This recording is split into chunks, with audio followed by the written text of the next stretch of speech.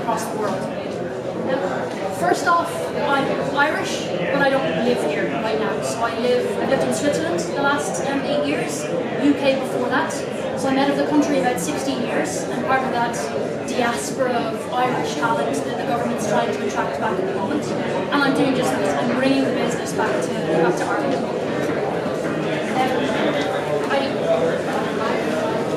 I grew up, and I've experienced over the last few months, an Ireland that's very different to what I did. I grew up in a country where we didn't have mobile phones. I didn't even have a landline at home. I used to pay my neighbour 20 cents to go and use their phone.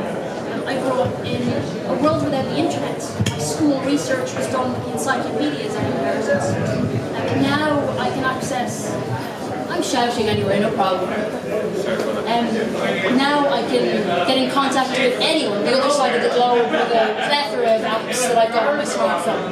I can get access to data beyond my wildest dreams and connect with folks, particularly professionally, that I would never have dreamed of connecting with when I was growing up here.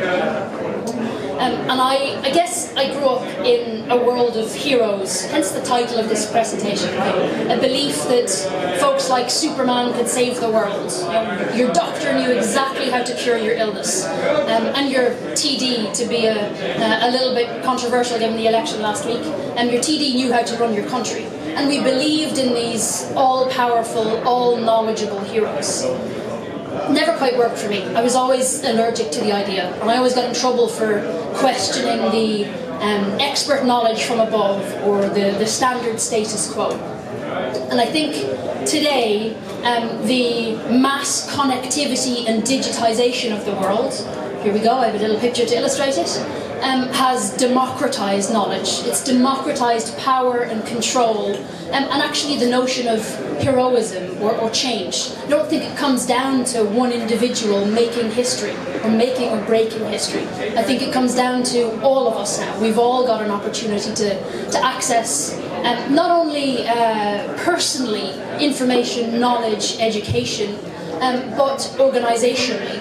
Even small organisations can compete against large ones. You know, the barriers to entry within each industry, whether you're talking finance, whether you're talking pharmaceuticals, whether you're talking retail, has been lowered by data and connectivity.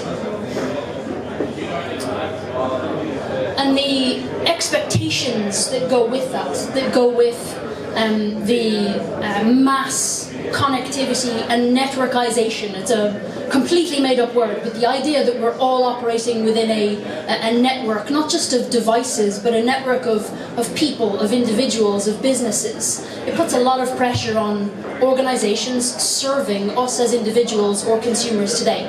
It makes it it is extremely complicated for those organizations to actually drive change. It's never just about introducing the next new technology or integrating with mobile, integrating with social media, integrating with the Internet of Things. Frankly, my belief is it comes down to people. The technology always works. You tell it to do the right thing and it'll do what it's supposed to do.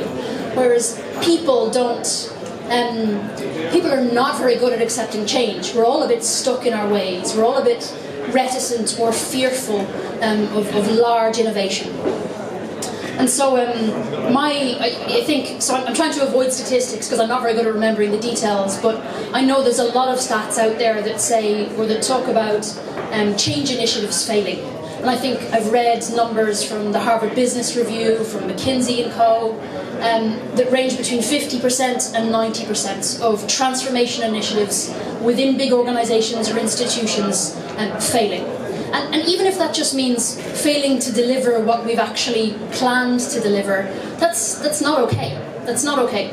And my view as to why that happens is one, people. So without the people, the culture, the organization getting behind a new idea, it's going to fail. The new idea is not enough. Two, I think we try to do far too much at the same time. We try to boil the ocean rather than actually taking small steps, rapid increments, let's say, and learning from each one. And I think the only way to respond to the volatility of most markets today, of most industries today, is really to incrementally drive that change. And 3, and this one I got in trouble for a lot in my past, blindly accepting the status quo, the way things are done. I was never very good at that. I got hauled into a number of appraisal meetings. I used to work for a big consulting company, and I was always hauled into appraisal meetings and told, yeah, you're very good, your sales are excellent, we're going to promote you, but you're too aggressive. You're asking the wrong questions, you're pissing people off, excuse the French.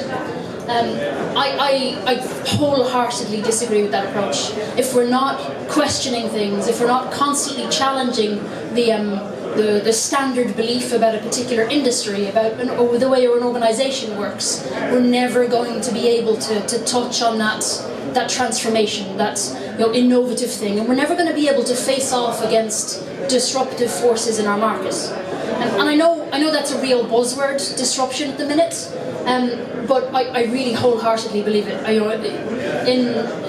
think we'll see in every industry whole swathes of incumbents falling away, disappearing from the Fortune 500 list, maybe even dying out, just because they're being disrupted or pushed out of their markets by smaller players, by technology players, and it's happening across every industry at the moment.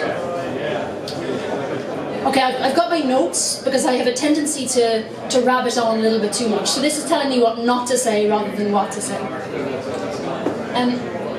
I also wanted to keep this really short, so I've only got 3 slides. I've tried to set the scene. I've given you a little bit of a story about myself and how I kind of feel like I straddle the boundaries between generations that are rapidly shifting. And I think I'd pare down the advice that our company gives to 3 key points. They look simple, they're difficult to implement, but they're certainly not what I think you'll hear elsewhere, either at this event or others talking about innovation.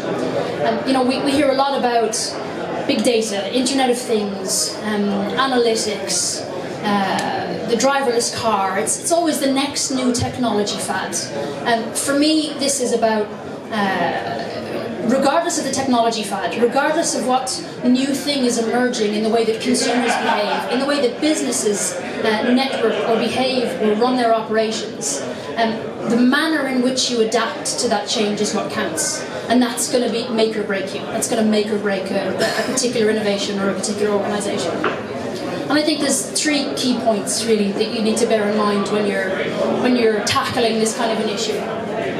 One, I think the notion of large change projects where you spend tens, if not hundreds of millions, you deliver work over many years. Maybe you have a 6-month requirement gathering exercise in the beginning and you try to hold those requirements static for 3 years afterwards or 5 years afterwards. Those things are dead. Those things are not going to work anymore because what you implement at the end is insufficient. The market's moved on, your competitors have moved on, your customers have moved on. The only way to deliver change in such a volatile world is incrementally, bit by bit. So try something, don't spend too much money on it, okay? Which is the link really to the finance seminar here. Spend a little, learn from it, test it with users, test it with your customers, and based on that learning, do something else. Either continue to evolve it or change it. That way we're not wasting resources, which large organizations are well known to do. I often say entrepreneurs can do a lot more with loose change than big organizations have managed to do with millions. It's a lesson to bear in mind, I think, for big companies wanting to survive. Just to give you a little example there, so one of our clients, a US-based insurance organization, they came to us to look at how they experiment with new ideas, how they do this kind of rapid prototyping of new ideas. And their typical life cycle for the business coming up with an idea or users coming up with an idea and it being changed, and in this case it was IT, so it being implemented, was about 9 months to even get an estimate.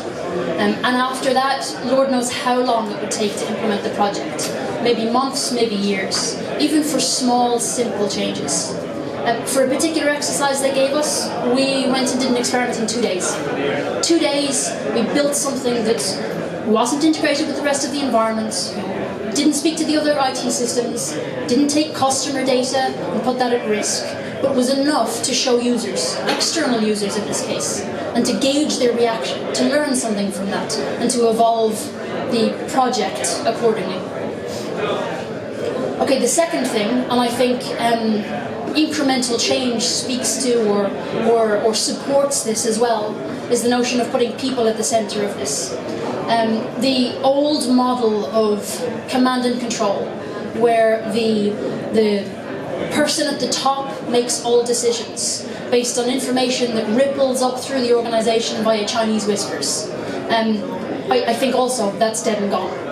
If you're operating an organization like that today, it's simply not going to be agile and flexible enough to deal with the complex and changing environment in which you operate. It's not a closed system.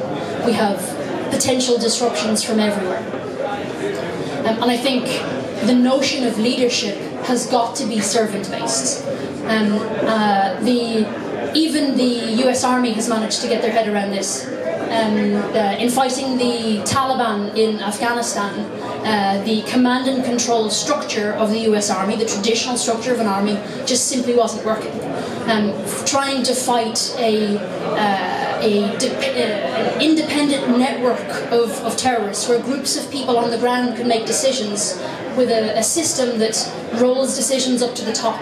The guy at the back of the base with the least amount of information was just taking too long, wasn't agile enough. So what they've built is kind of a two-tier system. They have a command and control structure, and they've also got a networked organization of self-organized soldiers that make decisions on the ground. Third, and I know I've got my 5-minute warning up there, so I'll be quick enough. And this is the one that I always got in trouble over. Questioning the unquestionable. The way we did things up to now is not going to be sufficient to take us or to allow us to survive or thrive in the future. I'm not saying it's to be thrown away. Of course, don't throw the baby out with the bathwater. But we need to balance within organizations, again, whether they're commercial, public or otherwise, the notion of exploiting an existing business model and exploring new ideas, playing with new ideas, innovating, a kind of a two-speed organization. And like I've said, I've always gotten into trouble for asking those nasty questions, but I also think the notion of leaders today, the notion of a strong leader today has to come down to someone who's willing to be questioned, who creates an environment in which people can contribute and are happy to contribute, because it's impossible. Back to my doctor example, I always thought it was impossible for one man that I go to see once every few months to know everything there was to know about medicine. It's impossible for them to diagnose everything. They're not a hero, and the only way for them to master and to serve their clients, let's say, the only way to master their expertise and serve their clients is to tap into a wider network of specialists. Look, that's the way that we work as an organisation today as well. So I have no interest in building a big army of generalist consultants. I think a collaborative, agile network of independent startups, niche players is the way to serve big business today, because it gives you that opportunity to drive small incremental changes and pull in niche expertise from people who do whatever this niche area is every day. I won't give you the example in that space because I know it's the end of the talk. If you do want a little bit more detail, I'm at slide 30. I've been talking all morning anyway, so I'd be glad to do it again. Or feel free to take a look at our website. There's also a case study there in the innovation section. And far from this being a sales talk, I'm always interested to meet new people that would like to form part of that network. So please come and introduce yourself. And thank you.